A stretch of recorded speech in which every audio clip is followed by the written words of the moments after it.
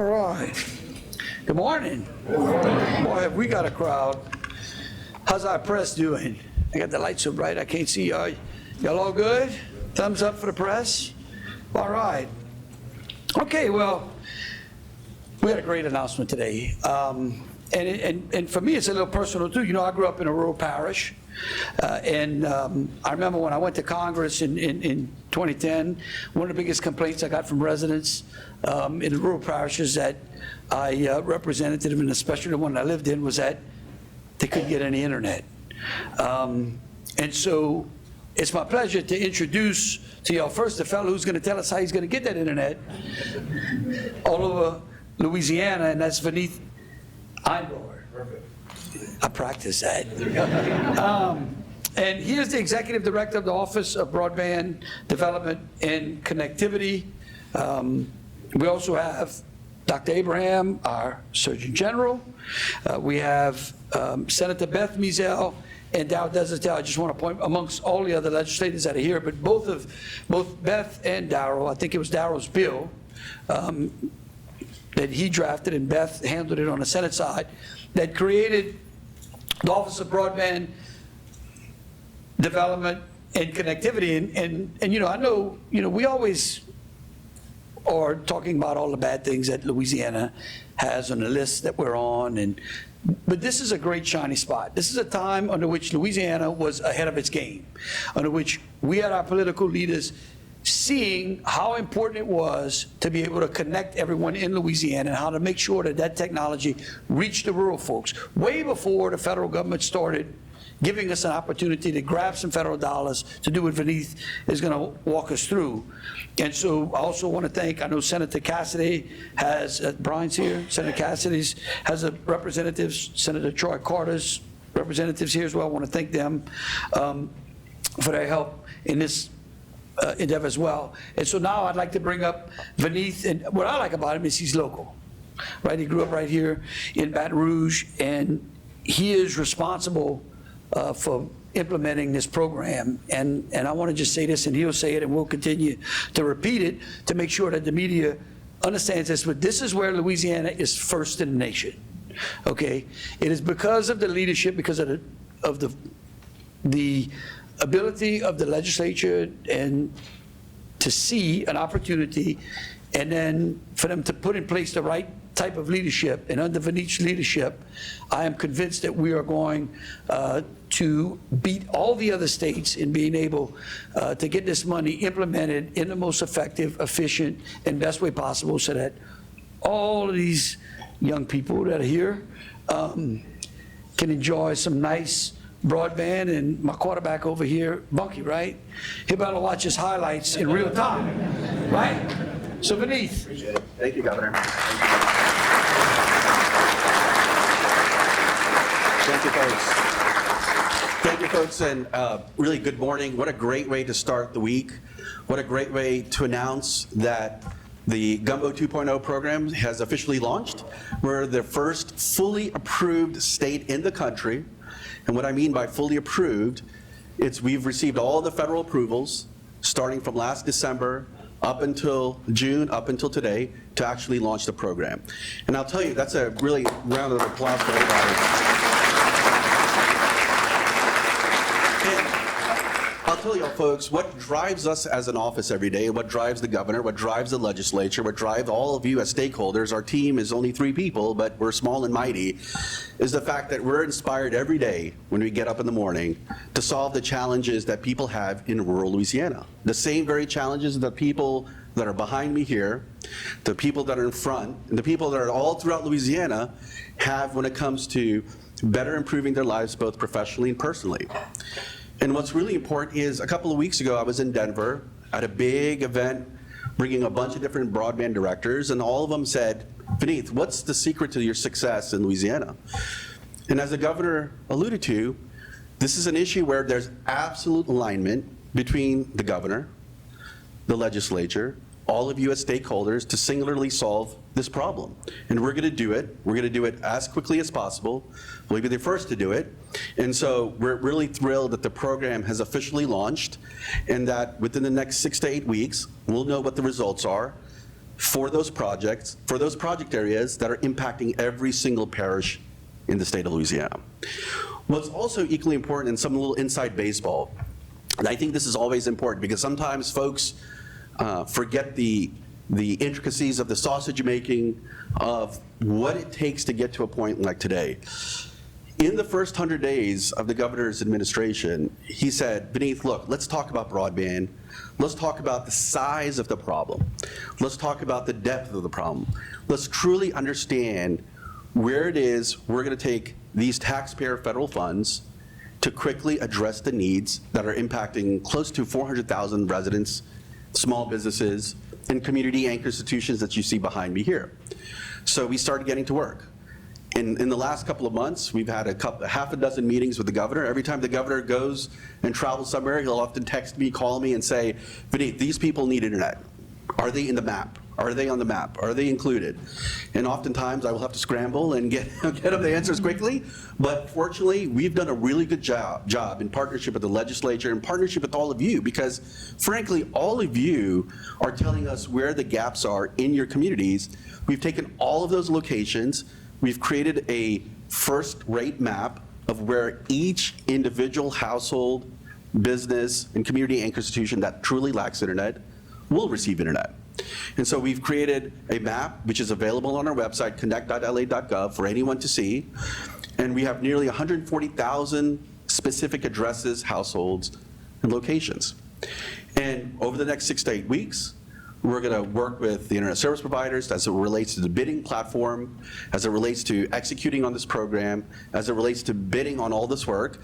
And I'll tell you, I think you can be in Louisiana very much pro-people and pro-private sector, and that's what we've done. And just to show you an example, to share you an example, in the first round of our Gumbo Grant Program 1.0, we had 18 different internet service providers apply for our funds. This time we have nearly double that.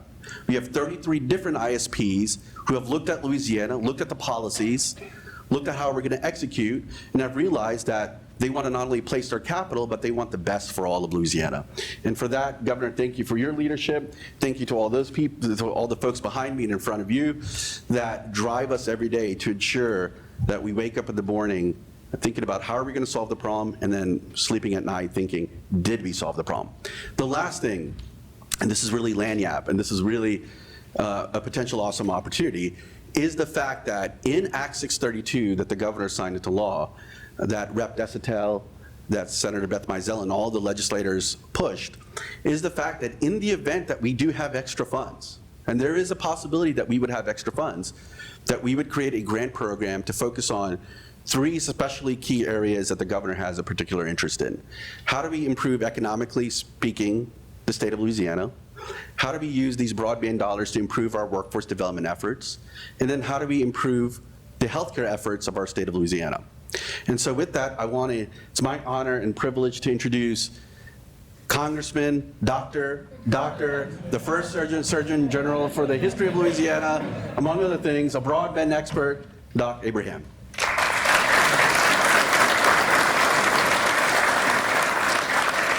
Well, thank you, Beneath. From day one of his administration, Governor Landry instructed our team at LDH to improve access to all Louisianians, but especially those in places like I work, the Delta, along that Mississippi River, down in the southern part of the state along the Gulf. Those individuals that want good health, need good health, but may not can access that health because there is no connectivity, there is no telehealth. The public health units that they go to may not have that high-speed internet that they need to get the type of results that we need to improve their lives. So with the governor's and Beneath's work, this is literally a gift that has been laid in our laps that we are going to take and do really, really good things with. I've said it many times, I'll say it again, I've never met anybody that wanted to be poor, and I've never met anybody that wanted to be unhealthy. With these extra funds that we are going to have access to now, we can make a dent in those types of populations that want to help their lives, want to help their families, and economically will help this state. So I can't express my gratitude to the mandate and the instructions that the governor has given us, and given us the ability and the authority to go out and conquer these problems. And now we've got people like Beneath in the broadband development and connectivity office that are working on the national level and allowing these funds to come back down to the state, and more importantly, the very local level that all of us live in on a day-to-day basis. So Governor, I'm going to turn it back over to you. Again, thank you for your leadership, and Beneath, thank you for the funding.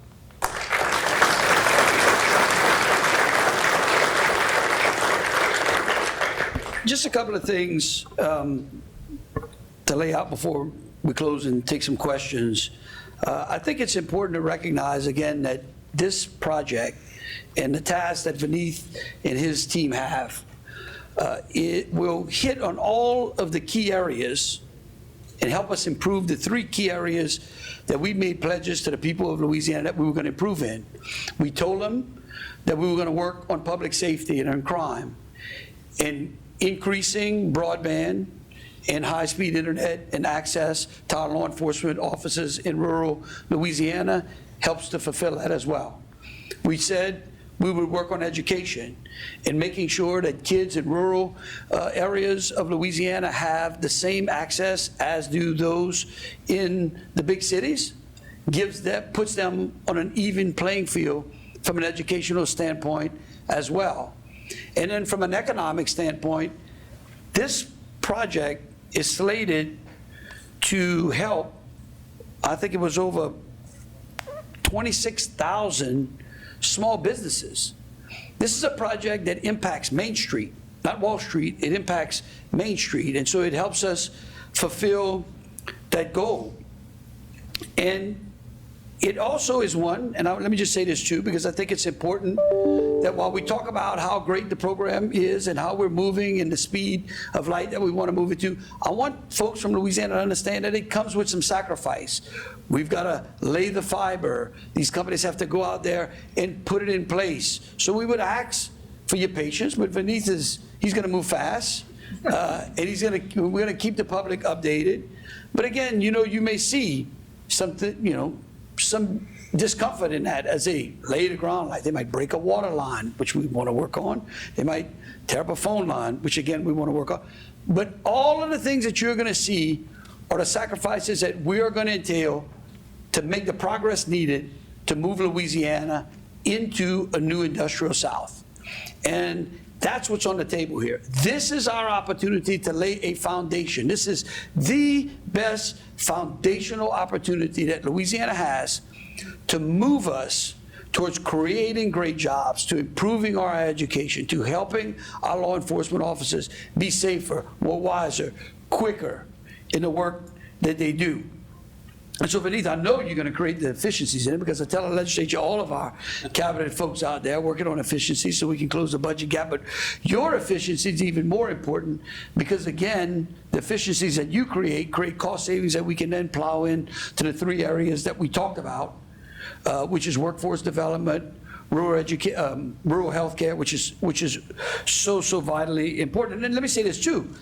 Not only is it going to affect 26,000 small businesses, but it's also going to affect over 4,000 civic institutions, schools, city halls, police departments, parish council rooms, all of those government functions in rural Louisiana that absolutely does not have the ability to reach the internet as quickly as maybe those in the big cities as well. So finally with that, I just want to say one thing, Benny. Where's that quarterback? Come see over here. Benny, here's your project. All right. We need him to be able to play in Cecilia. And not have to do like we all did way back in the day, have to wait till the 10 o'clock news and then the sports is at the end to see it. He'll be able to watch it in real time as the bus travels from Cecilia to Bunkie. Right? Is that fair? That's fair. All right. Okay. If you like it, let me know. Okay, so with that, we'll take some questions.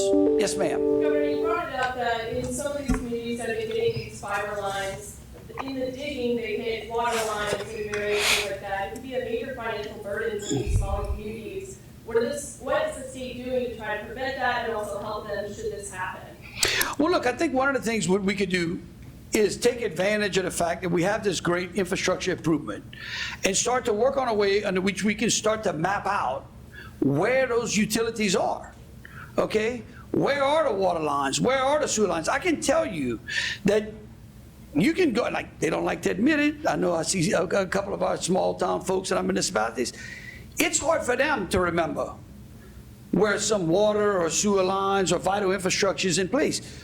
I think the answer to that is what Representative Desertel had, is that we should be able to work with local governments and come out with a comprehensive mapping system. This gives us an opportunity to figure out a way where we know what exactly is in the ground.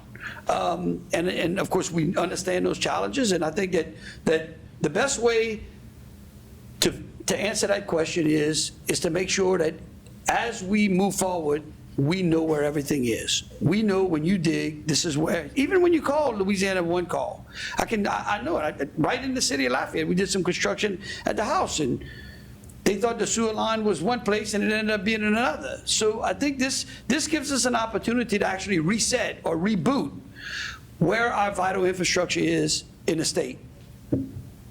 Any other questions? Yeah. Governor, were you aware your DEQ Secretary Aurelia Giacometto used public money to fly out of state for an NRA convention? If you were aware, are you okay with that? We're only going to stay on topic. Yeah, we'd love to be able to find that out. I mean, I'd love to be able to answer that question. We'll get that if we try to stick. I mean, all these young kids came over here to see us make sure that we could get them the technology. But y'all are getting a great lesson on what the media does. They love to try to take it off of the greatness that we're doing here to talk about something else. Okay, any other questions? Yes, ma'am. Governor, there's some areas that are rather remote and expensive for these contractors to serve. Will the state offer any incentives for companies to serve those areas? I'll let Vinith answer that. Look, that's a great question, and the reality is, look, the governor wants to drive fiber as far and deep into the state as possible. It's like the equivalent of basically making I-49, I-20 a 20-lane concretized highway, including all the state roads, right? That's the goal.